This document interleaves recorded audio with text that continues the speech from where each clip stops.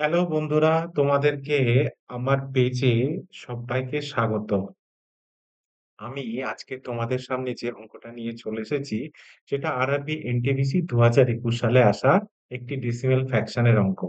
এবং যারা ২০২৪ সালে এনটিপিসির প্রিপারেশন নিচ্ছ, তাদের জন্য আমার পেজটা খুবই হেল্পফুল। আশা করি তোমরা এই ম্যাথটা দেখার পর যদি ভালো লাগে, আমার পেজটাকে অবশ্যই তোমরা ফলো করে দেবে। চলো দেখি আজকে যে অঙ্কটা বলা আছে সেটা কি বলা আছে। বলেছে যদি একটি ভগ্নাংশের লব 80% হ্রাস করা হয় এবং ভগ্নাংশের হরকে 60% হ্রাস করা হয়, তাহলে ভগ্নাংশটি হবে ৫/৬। মূল ভগ্নাংশটি কত? তাহলে দেখো, আমরা কি করব, এখানে লবটাকে ধরে নেব এক্স আর হরটাকে ধরে নেব ওয়াই।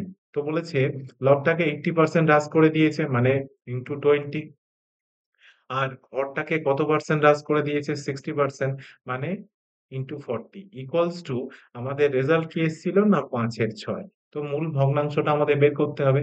তাহলে আমরা কি করব, এখান থেকে শূন্য শূন্য কেটে দেব। 2 দিয়ে 4 কে কেটে দাও, তাহলে 2, আর 2 দিয়ে 6 কে কাটো 3। তাহলে আমাদের অ্যান্সার কি হবে না, আমাদের অ্যান্সার হবে 5, 5/3 বা 5/3।